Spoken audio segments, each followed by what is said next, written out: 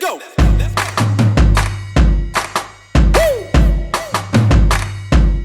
I like how this sounds. Yeah. 1, 2, 1, 2, 3, let's go. Yeah. All right. You got me hooked, baby. Listen.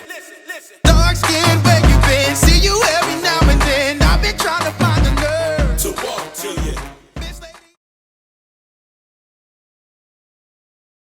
What's going on, everybody? What's up? What up? What's up? It's your man, AVO. What were you about to say? I'm about to say your boy, but I'm tired of saying it's your boy. I was like, oh, okay. Yeah, it's your I'm man, Champ. AVO. And I'm Champ. And we are the Overbees, AVO and Champ. What are we calling this? I don't know. Maybe y'all can help us out. Just talking. Okay. Just talking? I'm fine with that. Welcome to the Just Talking video podcast, whatever you want to call this. We are the Overbees. We used to go by AYVIO and Champ. She still goes by Champ. I used to go by AYVIO, but with my music, I had to switch that up, and I'm now known by AYVIO. AYVIO. You know what I'm saying? AYVIO. Yeah. I don't know why I said it like that. I don't either, but you know. It is what it is, though. You're a rapper, so. Yeah, or something like it. What's going on, everybody? We would like to welcome you back to our show. It's been a while since we've done this. It hasn't been a minute. It's good to see you. You see me every day. I know, but I haven't seen you in this platform. Oh, okay. You know, with the lights on you, you know. Yeah, I don't. All of that stuff looking good. How you doing, girl? I'm great. You doing swell? That was a swell thumb that you just gave me. Swell. You're doing swell. All right. Cool. This format that we're doing, we usually do this live, you know. Remember we used to do these lives and we would have people comment and react, but it would take like an hour to get through an episode. It was longer than an hour. It would be longer than an hour sometimes. The goal was I think 30 minutes, but it would take forever because you want to wait for people to get on. You want to wait for people to get, into it. And then once people start getting into it and it starts getting good, you don't want to cut it off. Right, Right. right. So what we're doing now, we're doing these pre-recorded, and we invite you to make comments in the comment section and reactions and everything like that, or hit us up, and we may address some of your questions or concerns on a later show. Or maybe, every once in a while go live, we'll do it or something like that. We'll be watching, so we might be able to answer the questions while you're watching Yeah, because we're watching it with you. Yeah. So, yeah, we may respond back to you there. We'll try to respond back to you there.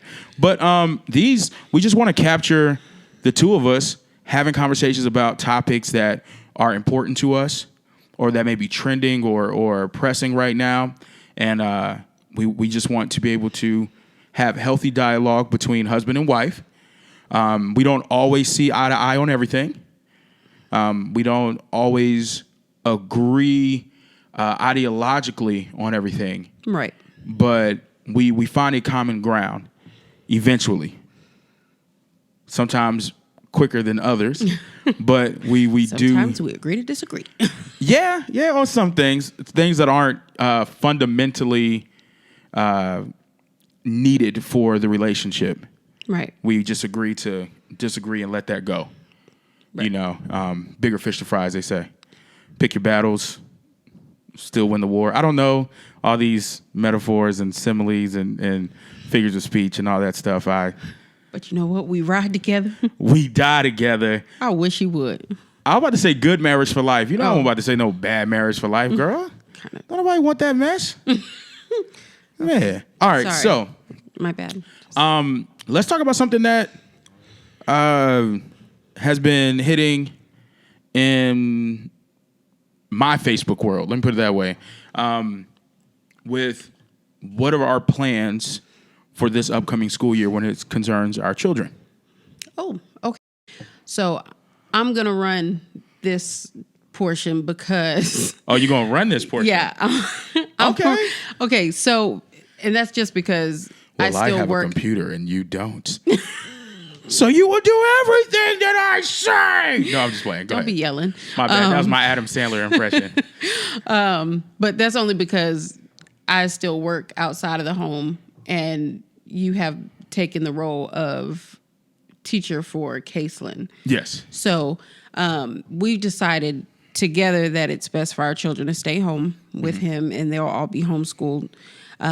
So with that said, I'm going to ask you a few questions, and because I have heard a lot of people ask certain things about homeschooling. So I guess I'll start with, how hard was it for you to find what you were going to do with her? I'll say her because she's the first one you started off with. Yeah, so. Yeah. It was very difficult.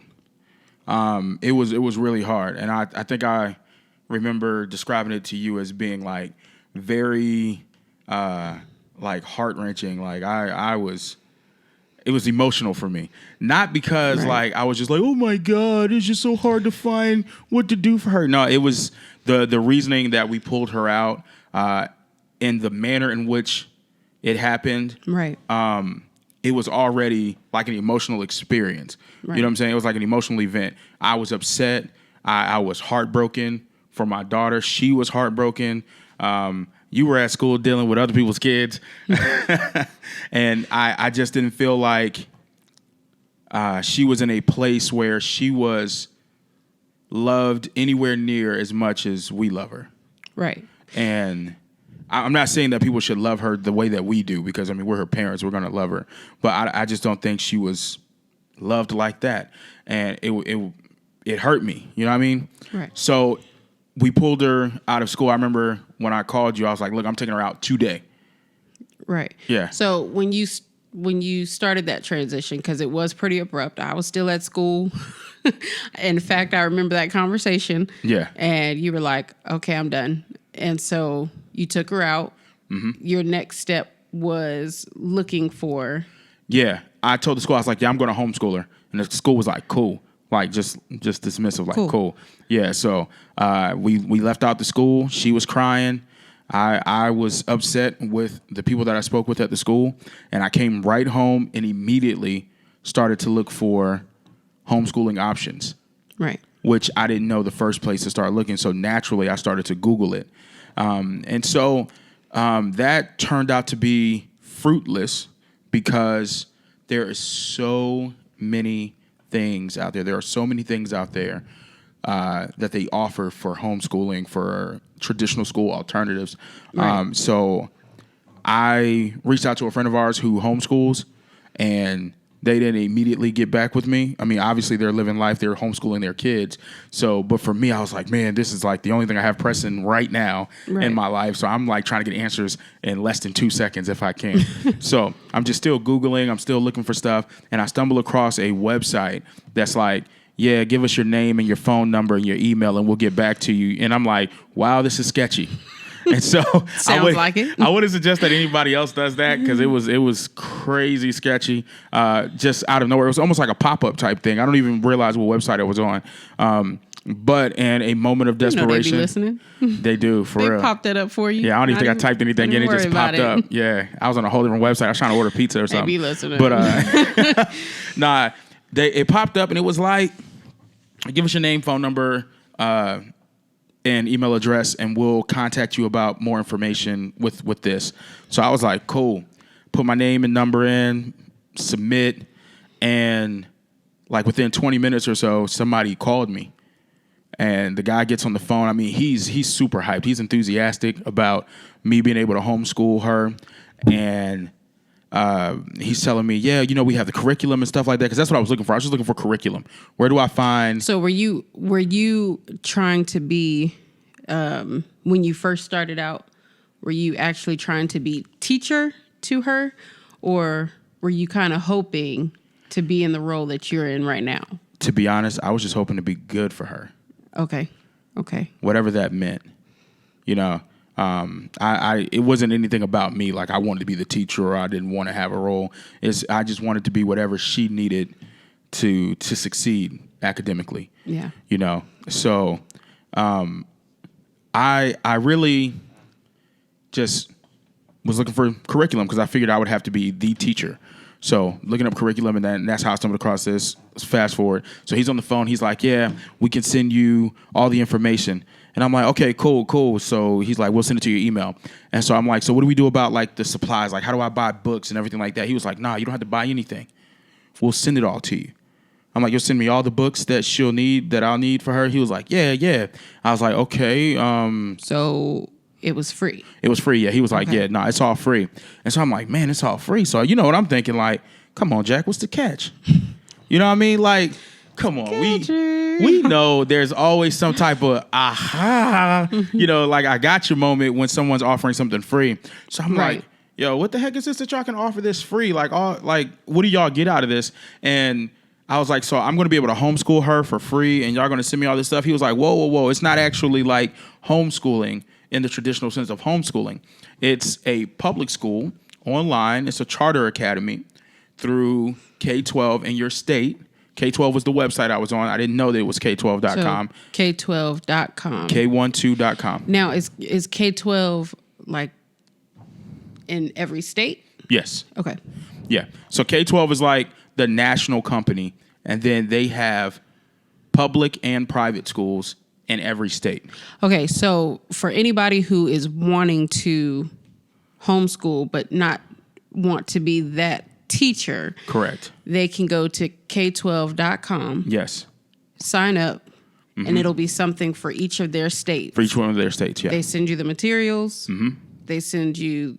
Okay, so Case had a laptop. Yeah, she had a laptop. Her laptop came... I don't know if they do it off of income or anything like that. I don't remember giving them any income stuff or anything. Okay. But they provide one laptop per family. So for Caselyn, we were able to get that laptop, and she still has it. Like, you don't send it back as long as they're still enrolled. Okay. So I re-enrolled her, and we kept that laptop. But that's not the same thing that happened when the boys were added. Okay, so we ended up buying 3 laptops for the boys. Correct. Now, simple laptops. That's what I was going to ask you. Because there's going to be a lot of parents who don't... You can't use Chromebooks. No Chromebooks. For this. You got to have laptops running Windows or Mac. Is there a certain window number or higher that they 7 need to be plus, at least 7 plus, but they prefer 10. Okay. But 7 plus will work. The ones that we have, they run 10, home edition. And it's bare minimum specifications for the laptops. Like, but you just don't have not to a Chromebook. Just not a Chromebook. You can't get a Chromebook or a netbook or whatever those things are, where it's just like an internet browser with apps or whatever. It has to be something that actually runs an operating system like Windows or Mac. Okay. All right. And for Mac, I think you can go back as far as like Mac 9 or something like that. Like Mountain Lion or something like that. Snow Leopard. I mean, we're on. Yeah, it's like way back. You can go back. Right. I don't think you have to be on like High Sierra or Cantave or Mojave or whatever it is on right now. Yeah, I don't even know what mine is running right now, but it's something like that. It has something to do with like the mountains and the deserts or something. There used to be animals at some point. Anyway, so they're HP 14-inch stream books or something like that, streaming laptops. So they're not very powerful machines. We spent less than $200 on each one. Yeah. So, and there's some out there that you can probably find even cheaper. Those are the best ones I could find at the price at the time, and we just scooped them up real quick. So laptops, easy. Okay, so let me ask you this. Some people are still going to work. Have to work. Correct. While their children are at home. Is there a specific time that they have to be in school? Yes and no. Yes and no. Okay, let's start with the yes. So last year with Case, we had it where she tested. They do like a benchmark test or something like that, like an assessment. Okay. At the very beginning. And she tested, and based on her scores, they were like, she doesn't need to be in class every day of the week. She doesn't need to be in 4 days of the week. And when we say in class, I'm talking about being there in a live setting with a teacher. Okay. Because they are assigned teachers, actual certified teachers through the state that will do their classes live, and they can ask questions, they can answer questions, they do activities. Everything. It's pretty dope. How long did her class normally 30 last? 30 minutes a piece. Okay. All right. So she only had to go to 2 class connect sessions. They're called class connects per week per subject, and there's only 2 subjects: math and reading. Okay. Right. So she went like Monday and Tuesday of each week, one class at 10, and then like the other class at 10:30. Okay. So basically, it could change depending on the assessment that your student takes. Correct. Okay. Now this year she's part of a flex program. Okay. It's a pilot program that they just started this year, and she qualified for it, where she doesn't have to be at the class connects at all at a certain time or a certain day. So do they record the session and they can go back and look at it? Yeah, all the sessions are recorded. Okay, so for those parents who have to still be at work, you're basically saying that when they get home from work, they have the ability to put their student on their laptop and then they can do school then. Correct, but I would say for the ones who have to be in a class connect, they have to be there at that time. So I would say work with the kid to train them to be there, because somebody's going to be watching that kid while they're at work. Right. We hope. You know what I'm saying? And if Right. not, we hope that the kid is at an age where they can watch themselves. Like, obviously, we have teenagers, so they can sit here for a few hours by themselves. Right. Heck, by law, I think at their ages they can stay overnight if we needed them to. Thank you. We're not going to. What's legal is not always what's going to work for us. Right. You know what I'm saying? We stay within the law, but that doesn't mean we push it to the furthest extent of the law. Okay, Right. So you got that. So looking at it, it's more of them being able to get on and navigate to the class connect and get on with the teacher. Now, I was there, I would say 90% of the time with Kaitlyn last year when she went to the class connects. Right. The other 10% would be something like I was working on something, or I had to, use the bathroom, or the one time where I got really sick and I was like out of commission for 2 weeks. COVID-19. Hey, I'm convinced you had it. Hey, that might be true. It was right before spring break. So when I was out for like 2 weeks, and she had to pretty much go on autopilot because I didn't want to be out here and get anybody sick. Right. So she knew by then how to go on, get onto her class connects, participate in class. And while I was there, like I said, the 90% of the time, it was very rare that I had to do anything on the class connect with her. Right. They're there, and the teacher's there, and sometimes she'll say, hey, go get your learning coach, or, make sure your learning coach sees this. And so they'll go get me. She'll come get me. Daddy, she needs a learning coach. So I'll come out and I'll sit there and talk. So for those parents who are kind of concerned, like I have to be the teacher. They don't necessarily have to be the teacher. They just have to be the middleman between the student and the teacher. Correct. When need be. For math, last year I had to teach quite a bit of stuff. Okay. All right, for math. For reading, I had to teach quite a bit of stuff. But the other stuff, science, everything like that, is more guiding them through it. But the great thing about this whole thing with the curriculum and the materials that they send you, it's almost scripted. A lot of it is scripted. So when I open up the math book and I'm teaching about, let's say, adding 2-digit numbers, right? Right. It's word for word. It'll be like, you say, and then it'll have what they want you to say. Okay. And then it'll be like, show the student, 4 blocks. And then you show them 4 blocks. Say, these 4 blocks represent 4 bears. So basically you're saying you don't have to have a teaching degree to be able to teach your student. Because I know a lot of parents worry about that. Like, they're like, I'm not a teacher. Nah. So I'm not a teacher either. I'm not. Right. I don't have a teacher's degree. I was in school to become a teacher when I left to teach her. So yeah, but no. You don't have to be a teacher. You don't have to be well versed in academia at all. And you don't have to be the brightest person when it comes to. You ain't got to be the brightest crayon in the box. Nah. You ain't got to be the sharpest tool in the shed. I mean, anybody could really do this. I mean, if you really want to do it. Okay. If you really want to do it. what I really liked about it was the flexibility of it. On days that she did not have to be in a class connect, it was really easy for us to kind of take the day as it went. We didn't have to start at a certain time. And she woke up, you know how Case is. She'll wake up and she ain't feeling it. She ain't feeling the day, period. Don't feel like Not even just talking about school. Like, she'll wake up and be like, man, this just ain't it. I need to...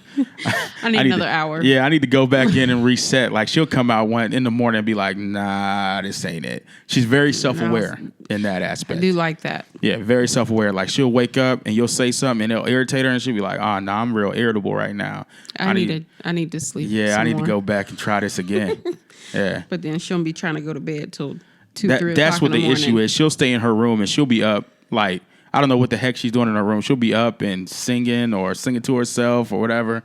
And then she'll finally go to sleep like late at night, like 2 o'clock in the morning. Then when we wake up, she hasn't gotten a full night's sleep. Right. So she's cranky. But back to K-12. It was a very good experience the first year. Like I said, it's really easy to enroll the kid.